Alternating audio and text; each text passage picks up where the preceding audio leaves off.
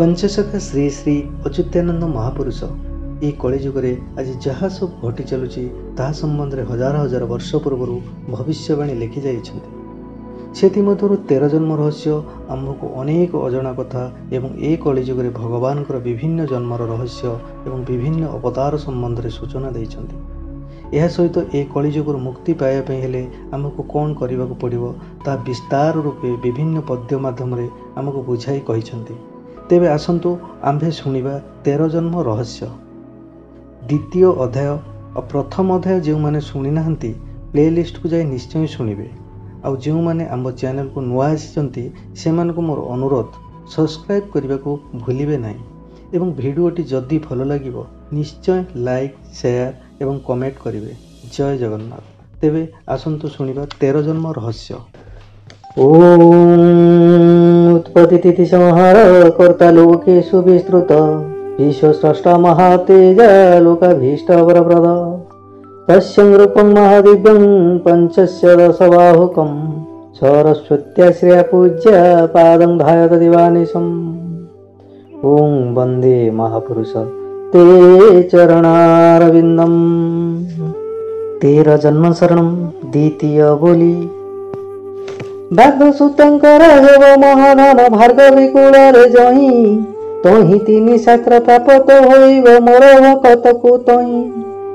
भरतंग गड़े धौली पहाड़े ध्रुवंकर तपस्थान 13 टोपी जाई सेठारे मिलिबे प्रकाशिबे ब्रह्म ज्ञान। सत्य सत्य मिथ्या लागी रही एकाले स्थापिबी देह भक्तंक पाई उड़ीब केतन रामदास शुणी थाओ। प्रकट सिद्धि रे होइब जे काले 28 गुण धरी संहार होइब कली छाड़ी जीवे न पारिबे बारी। सकल ज्ञान से निराकार नेबे मोते ही आज्ञा न देबे झुरी झुरी भक्त आंभ को खोजिबे आउ तिले न पाइबे। महायज्ञ हेब सत्य पूजिब श्रीराम तारक सार भक्त कल्प तरु बाना उड़ुथुबे आउ न चिन्हिब नर। दिव्य से पुरुष रूप मु होइबि निशारे नारी आचार शिष्य को ठकाई बड़गंडी ठारे निशारे करे विहार। स्थूल पड़ी सूक्ष्म चलीजीव महाप्रसाद भुंजीब ठिकणा भक्त ठिकी रही लभिय पूर्व दुर्लभ।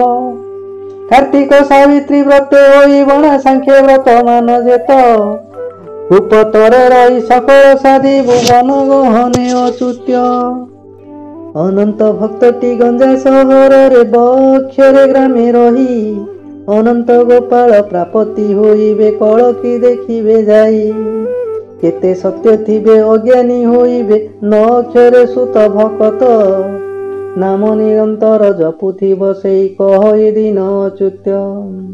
सत्य निरंजन जोग को प्रवीण ध्यान धारण करिब पर्वत सूक्ष्मरे फुटिब कमल मोर वाणी न टलिब। ओंकार मूर्ति हेवे नारायण कलकी स्वरूप होई 37 एकत्री होइब सुधीर अच्युत्य कही। 12 गोपाल होइथिबे ठोळ से देहे विश्रामी मुहि खेला करुथिबी कामाक्षी बटरे गोवर्धन पासे जाई। 10 अक्षरे ग्राम होइथिब दक्षिण दिगे पाटणा शूद्र कूले जन्मिथिबे बेनी भक्त बाट होई जीवे बणा। अमरावती रे समर होइब छतियारे हनुमान कैवल्य मंत्र को साधन करिवे बसी मोर 5 जन। कैवल्य मंत्र जे सप्ताक्षर अटे प्रणव मिशिले तही नहिले 16 अक्षरे विशुद्ध दिन अच्युत्य कहई। श्री श्री महापुरुष अच्युतानंद दास विरचितं 13 जन्म शरण द्वितीय अध्याय समाप्त। ओम वंदे महापुरुष ते चरणारविंदम वंदे।